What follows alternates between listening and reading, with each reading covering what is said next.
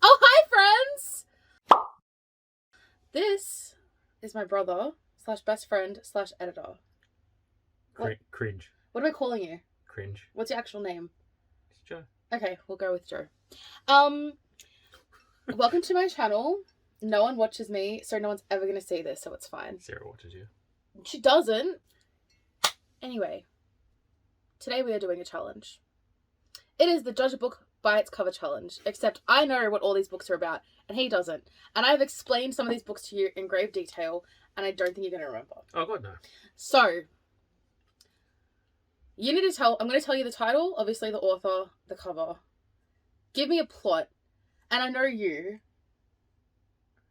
You're going to be like, oh, it's about a person that does a thing. Can I, just give you plot points? Do I have to give you a whole plot, or can I just... Whatever. Just more than a sentence. Or more than, like, a character does a thing. Are we ready? We'll try. I'm so excited. The first book is The One by John Mars. Have a look. Feel it. Oh, and at the end you have to tell me if you think I liked it or not. Because I have read most of these. What is it? No! Don't read the book! I'm not going to read this one. This. Yeah, I know. You are such a shit. I know.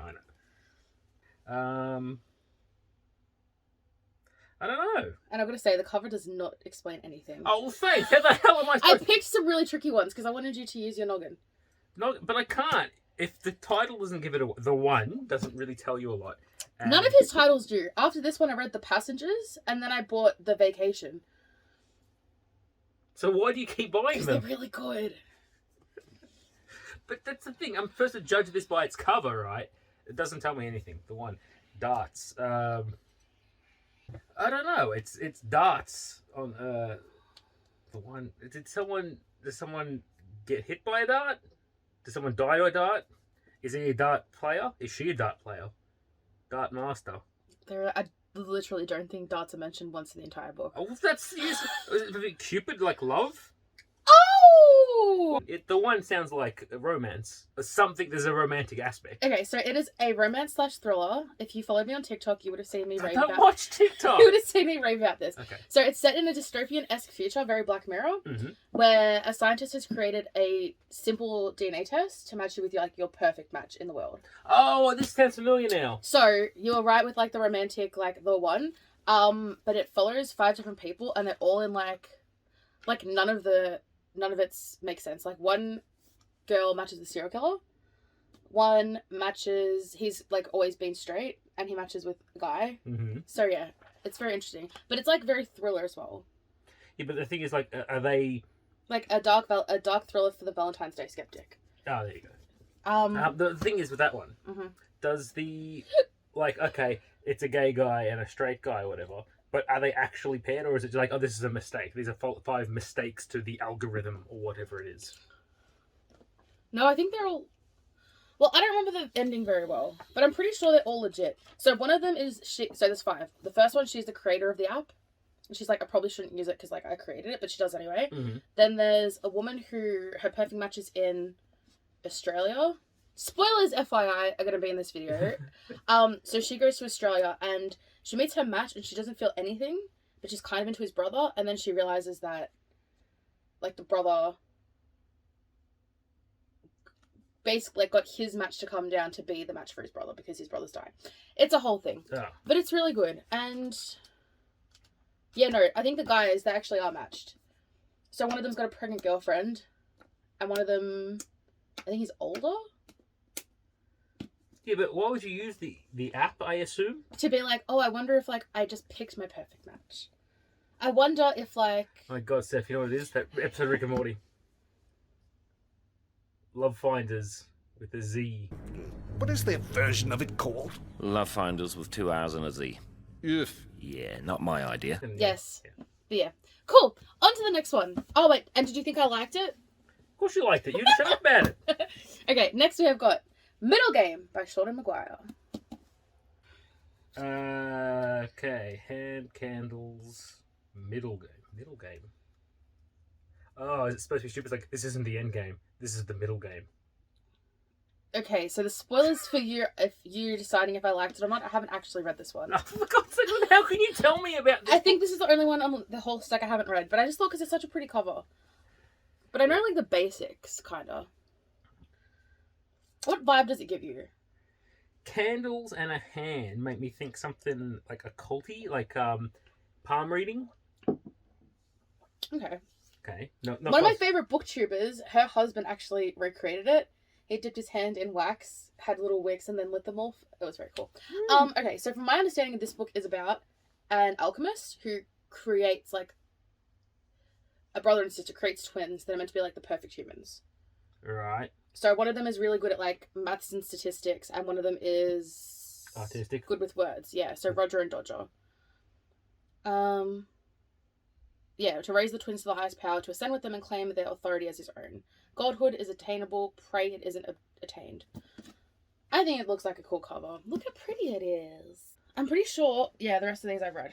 Okay. Next one we have is Tender is the Flesh by, I never know how to pronounce his author's name, Agustina Basterica? Agustina, yeah. So I'm pretty sure it's been translated from Spanish.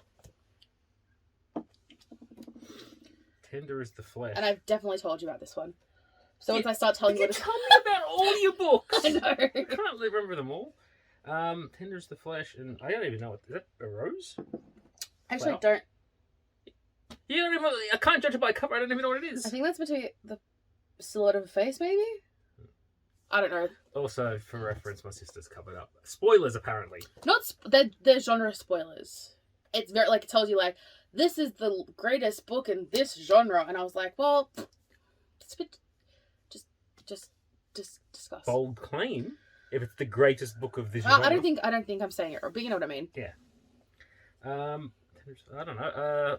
That's anything. Zombies. Murder. Someone who's likes cutting people up. Kinda. Well, knowing you, it's got a romance aspect to it because you're a big sucker for that. Kind of. I wouldn't really. I mean, the way it ends isn't really romance. But... Wait. Tender is the Flesh. Cook people. Yes. There we go. It is. Sorry, I think the thing you said, dystopian something. A hideous, bold, and unforgettable version of our future. Oh yeah. Why do they eat people? Oh God, whatever.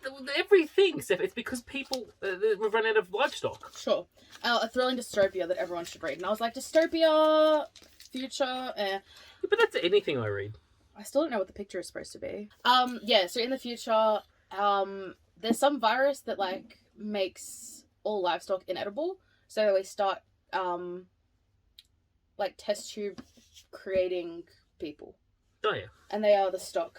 But then our main character ends up having to keep one in his house. Keep what, a person? Yeah. I don't know what they call them in this book. Yeah, like the livestock. Oh, so there's like a second class citizen of people? Yeah, basically. Like, they're supposed to live in factories and get slaughtered and eaten. But for some reason, I think his boss is like, oh, you need to take care of this one. And obviously he's a man, so he fucks her. God. But that's like, of course, you know, every farmer fucks their sheep, of course. But like, they're there. But then he also ends up. So he gets her pregnant. I don't think his wife can get pregnant. He's got a wife as well. I don't know where she is. She's just not there for some of the book. And basically I think they call them cattle, maybe. The cattle, she is going into labor, and he calls the wife, and he's like, I need your help. I don't know what to do. So then they take her baby, and then they kill her, and they raise the baby as their own. Did I like it? Did you? I don't know. I don't think you would have liked it because that's pretty much, isn't it, Brave New World but with extra steps? I kind of liked it. I think the ending was shit. Moving on. Haunted by Chuck Palahnuik. I'm gonna assume it's got some sort of horror. Sorry, that face. but even that's halfway towards her. You know what it reminds me of? This has been coming up so much this week. Jerry, when the knife's coming towards his throat. You know what that is, Steph? That's a YouTuber face. You know that's every YouTuber. And like the neon text at the top. This is your clickbait thumbnail. I love that.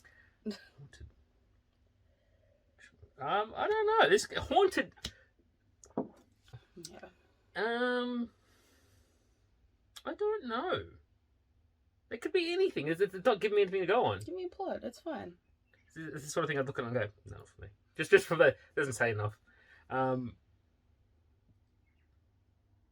don't even know. Is that supposed to be a person in the book, or is that just a generic? I think it's just a generic. Oh, that doesn't tell me anything. Someone's haunted.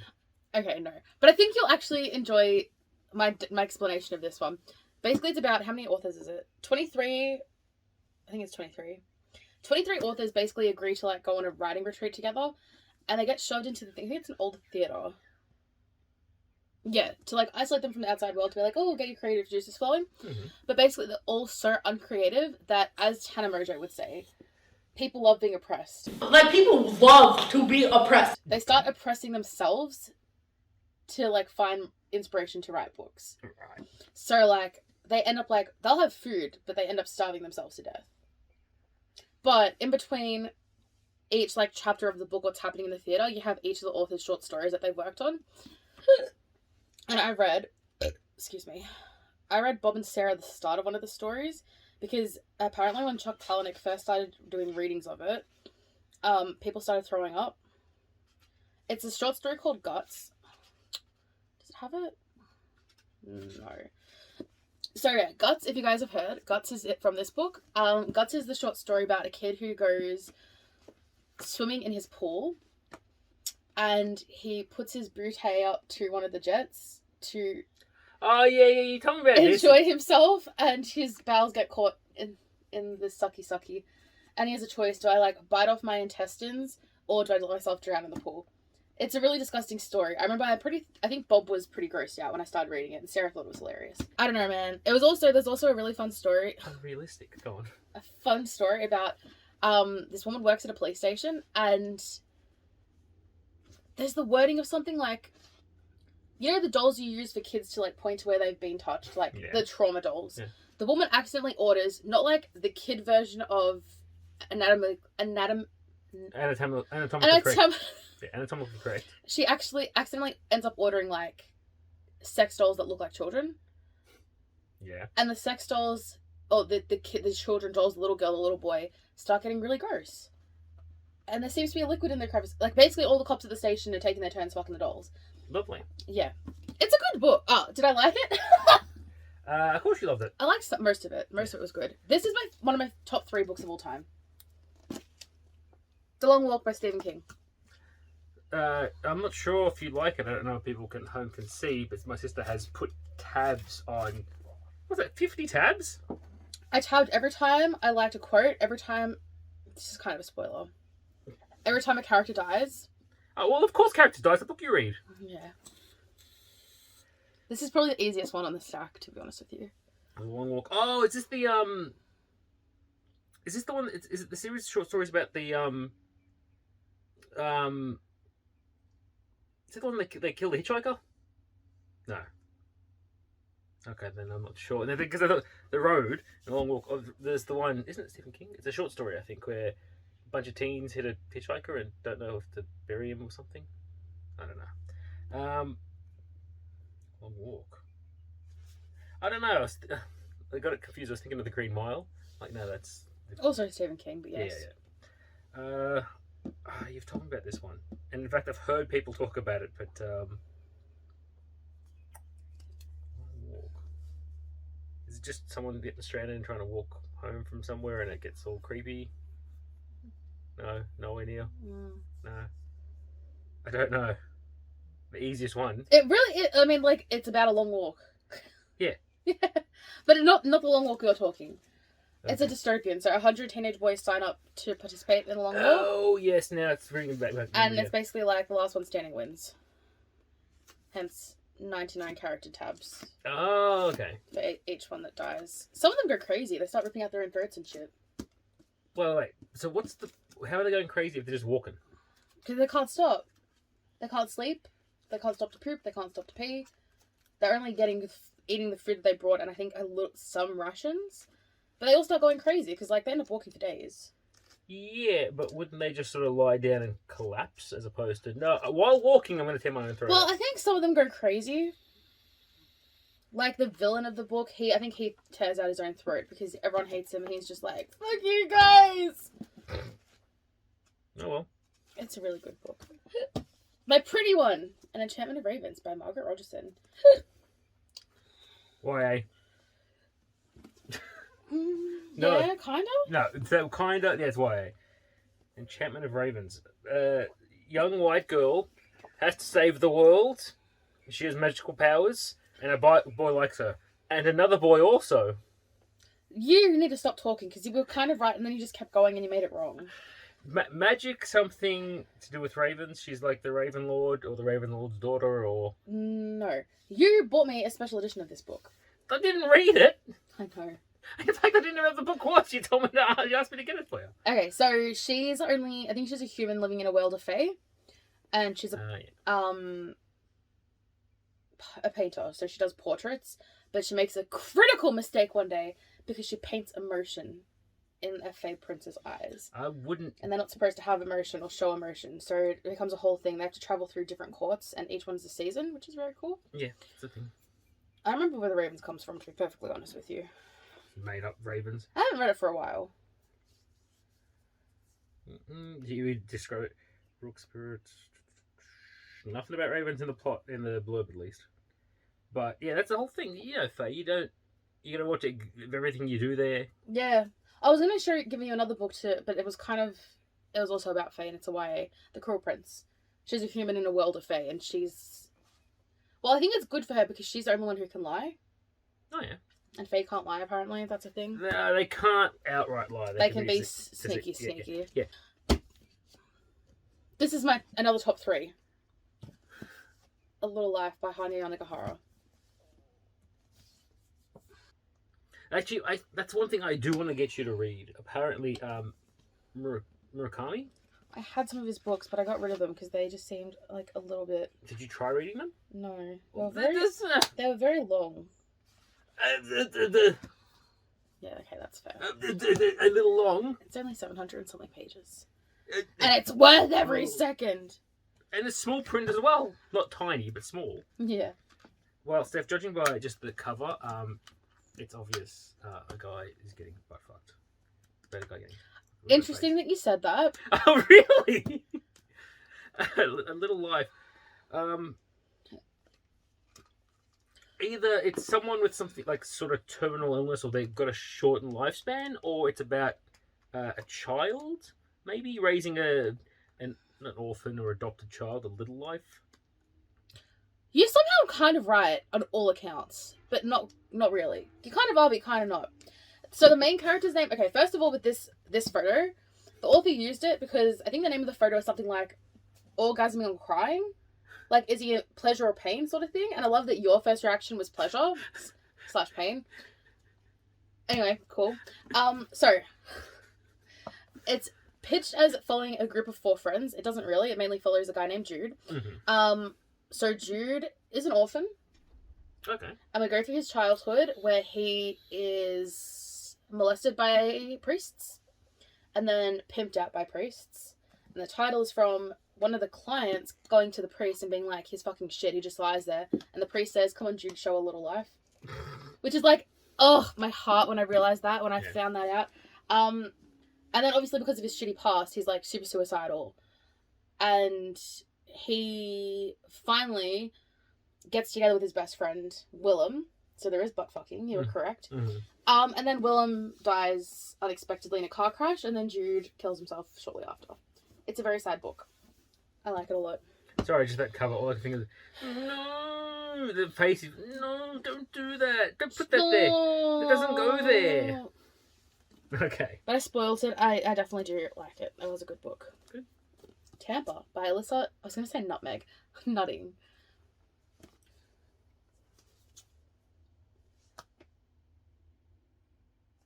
Sorry, nutting. And what's the first thing you think I thought of?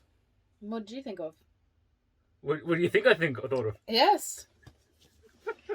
It's alright, because I saw the back. I'm like, oh, it's a button. A button. Yes.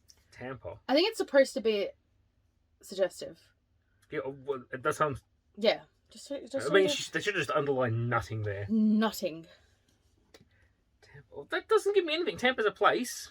Is it? I didn't know that when I started it, but you're correct. I've heard the name before. It's What state is it in? Oh, I've got no idea. Florida. Oh, God. I think it's Florida. Poor Tampa. It's just a shirt, so I assume part of a shirt. So I'm gonna say a seamstress of some trying to get out of Tampa, or stories about Tampa. You should have stuck with your first instinct. It's definitely meant to be a vagina. It is, okay. Oh, I didn't think that at all. You got a dirty mind, young lady. Yeah, I know. I don't remember why I covered it either. Well, you can check now. I've got vagina and a place. Lesbians living in Tampa. I don't know. Oh well, look at that. Look at that thing and see if it gives you any more hints. Brave and beautifully written, a provocative look at a taboo subject: lesbians. More taboo than lesbians. We love lesbians. Steph, I'm not, but like, good for them. No, I'm not saying Steph. Taboo subject. Please don't tell me it's weird stuff. Not underage or anything, is it? Yeah. It is? Yeah. Okay, good. My second instinct was something I don't want to talk about with my sisters. Like, it's not about incest, is it? No. It's about an 8th grade teacher who, I mean, she's technically not a pedophile. I don't know what the word is. She's attracted to her 14-year-old students. No, because I know It's not pedophile. It's a different category. A phebophile. It's like, something like that, yeah. I know, this is going to sound terrible. Like, why would you know this? But I know there's different categories. For different ages, yeah. Different age range. Yeah, so that's basically why she's a teacher.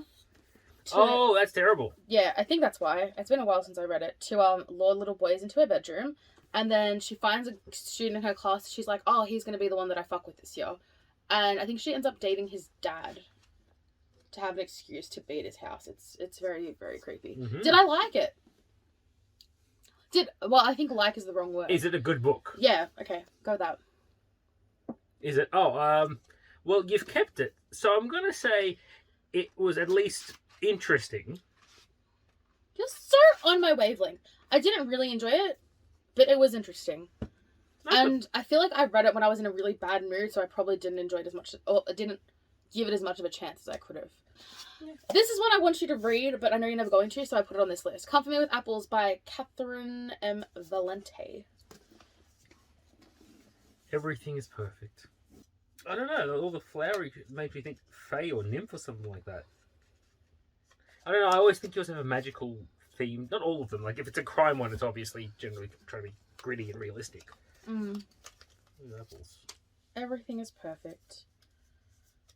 That makes me think that not everything is perfect, Steph. It's a lie. You are correct. I don't know, something about an apple orchard or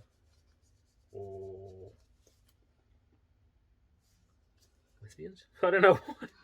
Okay, so this book it starts off like you as the author, the reader don't actually know anything. Mm-hmm. She wakes up and she talks about how her husband is great, and then she talks about cleaning the house, and then she finds like teeth or something in the house, and she's like, oh, it's fine. Long story short, she is in the Garden of Eden. She is one of Adam's many wives. He cycles through them, basically. Because every time he murders one of his wives, it's okay, because God will just give him another one. I thought God was kind of, anti-murder. I mean, in every sort of... Well, I think he is, but I'm pretty sure when Adam's explaining it to, like, the main character in this one, the main wife, he, is basically like, it's okay, Daddy will fix it. Yeah, but is it sort of like modern day, they've got modern conveniences, or is it like a old-timey wooden house? Well, I don't remember the technology, but I know that, like, a lot of her neighbours have animal surnames, because, like, Garden of Eden, they're all just, like, animals.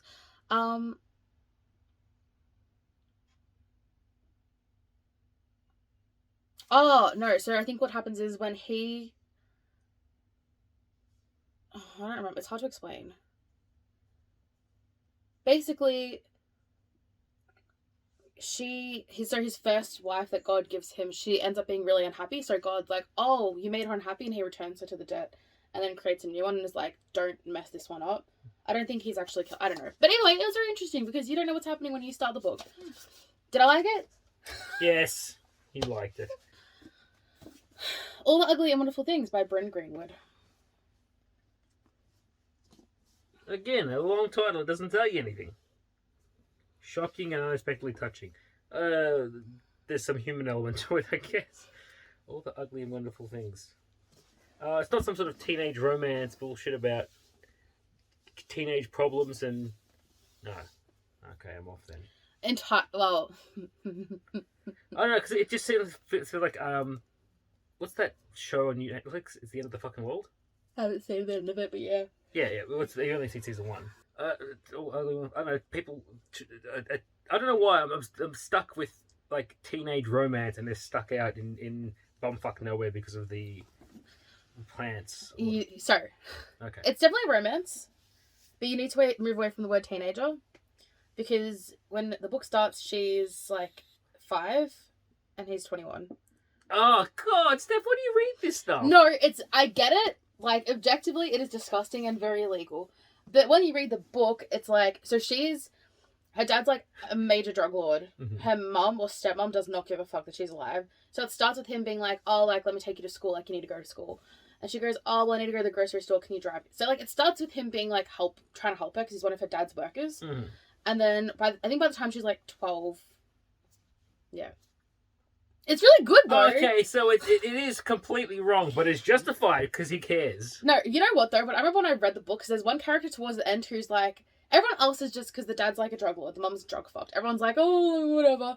And I think an aunt comes into the picture and she's like, what the hell? Like, no, that's elite. No, you can't be together. And I'm reading it and I was like, what is this bitch doing? Get out of the way. Oh my God. And then I thought about it. I'm like, in any other book, she would be the hero. I would be like, yes, save the girl. But in this one, it was different. I really enjoyed it. It's very sad. She had a really shitty life. You shouldn't say you enjoyed it.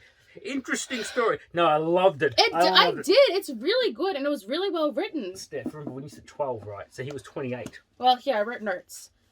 She was 6 in 1975. So she was born in 1969. Mm-hmm. He was born in... So there's a 13-year age gap. So he would have been 18 when she was 5. Yeah, so when it starts, she's 6 and he's 19. Not illegal. But it's so good. It was written so well. It was one of my favorite books for the longest time. Okay, I'm glad you enjoyed it. Nightbitch by Rachel Yoder. This is a fun one. I had to throw it in there because it's fun. Sorry, Nightbitch. Have you seen that meme? It's what is it? Gatekeep, gaslight, girl boss, or whatever it is. Yeah, graceful, funny, and unnerving as hell. Rachel Yoder. Do I know? Have you got a couple other books by her? Or? I don't think so. It sounds familiar. I don't even know if she has any other books. No, I couldn't tell you. I have no idea. Nightbitch. And that cover art. First of all, terrible. It's in the corner of the. I'm gonna have a picture on screen anyway. It's in the corner. Why is it not on the full cover? You know the problem? Because negative space. You know what I'm going to do? Negative space. I'm going to try and find these images, and I'm going to get the wrong covers. I'm going to not find exactly the right covers. I'm going to be the wrong one every time. Negative space. Alright. What is that around the dog's neck? Flowers? Bandana? I don't know. It's like flowers. Nightbitch. I don't know. Just pick something fun. Pick something fun, because you're never going to get it. I'm never going to say. A woman goes around killing people at night, but for a good reason? No. It's about a woman who slowly finds herself turning into a dog. What? One day she was a mother, but then one night she was quite suddenly something else. That something else is a dog. She turns into a dog. Okay. Oh, there you go. She starts gaining things, surprising things that happen one night when her child will not sleep. Sharper canines, strong new patches of hair, new appetites, new instincts. Yeah, so she turns into a dog. And that's a good thing? I don't know. Did I enjoy it? No. You're correct. I didn't finish it. I got 33 pages in and I got bored. It's written in a really, like, slow... Like, this is for... We call them in the booktube world, we call them sad girls. Because sad girls are also really intellectual and they read, like, superior shit. This is a sad girl book and I just cannot... So it says, like, what were we... Neckbeards. Like, I'm enlightened by my intelligence. Tip fedora. It's very that. Is it sad girls or is it boss babes? There's too many girl names. Basically, like, there's a certain caliber of girl that can read books like this and enjoy them. And I'm not that girl. Yeah. So I made 33 pages and then I gave up. But I think I still have the audiobook in case I want to listen to it. Next we have Jane Anonymous by Laurie Faria Stallars. Some truths you can never escape. And all I'm going to say is you actually bought this one for me. Yeah, but I bought a lot of stuff for No, you. Not the- as many, not like percentage-wise, not a lot. You got it for me for my birthday in 2020. Steph, how can I believe that? That's not my handwriting. That's yours. Jane Anonymous. Supposed to be like Jane Doe. Maybe? No, I think her name's actually Jane. Oh, it's some truths you can. Some truths you can never escape. She's done something horrible in her past and tries to change her name or something to escape from it. But some truths you can never escape, Steph. I feel like that tagline is misleading. Okay. And I also feel like if it is referencing something in the book, I don't remember what it is. So what you're telling me is all the books you read have very misleading or very ambiguous titles and pictures. A little bit, yeah. 5. I don't know what the 5's for.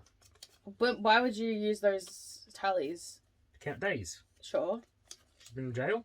Not I'm quite. going to say, like, it won't probably come up here, but it's reflective. With the little tally Yeah. marks. So, spoilers, she is working on a Saturday, I think, and a guy comes into the store being like, oh, I need to get a present for my girlfriend, and then he ends up kidnapping her. And she wakes up in a room, and she's like, where the hell am I? She's freaking out. And then she hears another voice. And he's like, oh my god, like, I've been in here for weeks, blah, blah, blah. Like, this person's been here for a week, this person's been here for a month. Like, we're all stuck here. And long story short, she really bonds with this guy in the room next to her, and you find out that it's been her kidnapper the whole time. Trying to, like, get close to her and get her to open up, and it's bad times. Mm. But it was very good. Did you like it? I did like it. It's very, V for Vendetta. Very. Kind of that vibe. Last book, Joe, and I had to double thingy this one because... Because it was too thin. A little bit, yeah. So we have got The Phantom Prince by Elizabeth Kendall.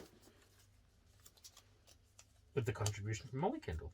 Updated and expanded edition. Mm-hmm. This is a true crime about someone. That photo. One of the famous ones. Oh, girl! I did not give you enough credit. Who is it? I don't know I don't know who did Yeah, the photo's right there, Jared. Yeah, but I don't remember what they look like. I know the names, but it's either Gacy. Gacy was a big fat man. Okay, Dharma. Wore glasses.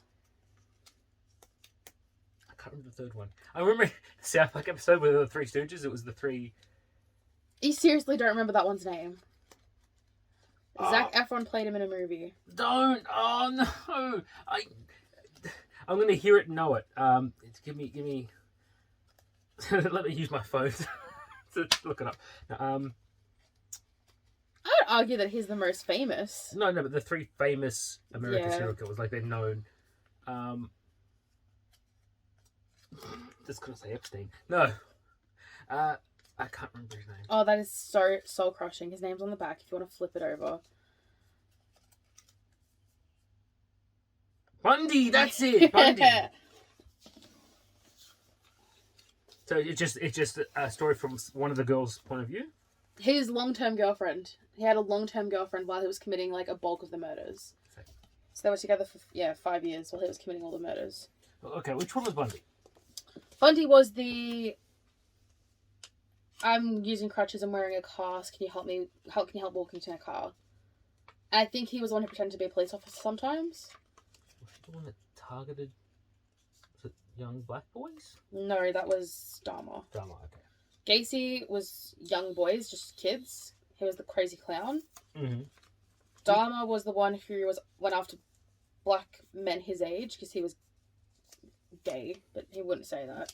And he was the one who drilled holes into their skull and poured acid in to make human zombies, living zombies. And yeah, Bundy was the one. He was just a murderer and rapist, but he would like get them to trust him by seeming either really vulnerable or like an authority figure, and would lure them away. Which one was the culty one? Charles Manson. Manson. Shit, I forgot about him as well.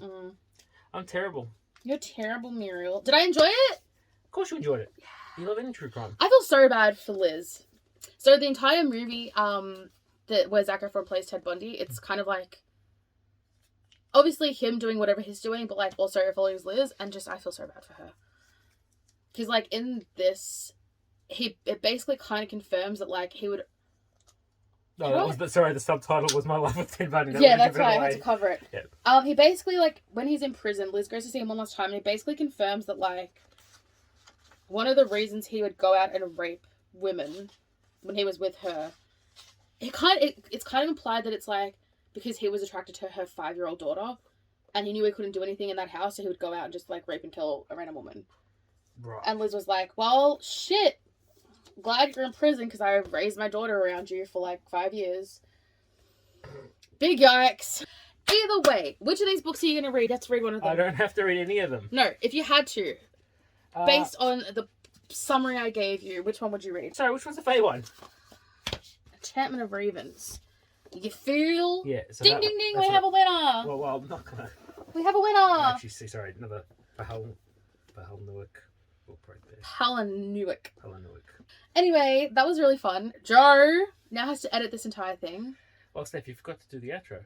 I don't have one. Well, guys, if you liked the video, like and subscribe. Like and subscribe. What's happening, bro fam? Bro fist. Don't subscribe. Don't even comment. Don't even watch the Oh. video. I don't know why you're still here. Go home.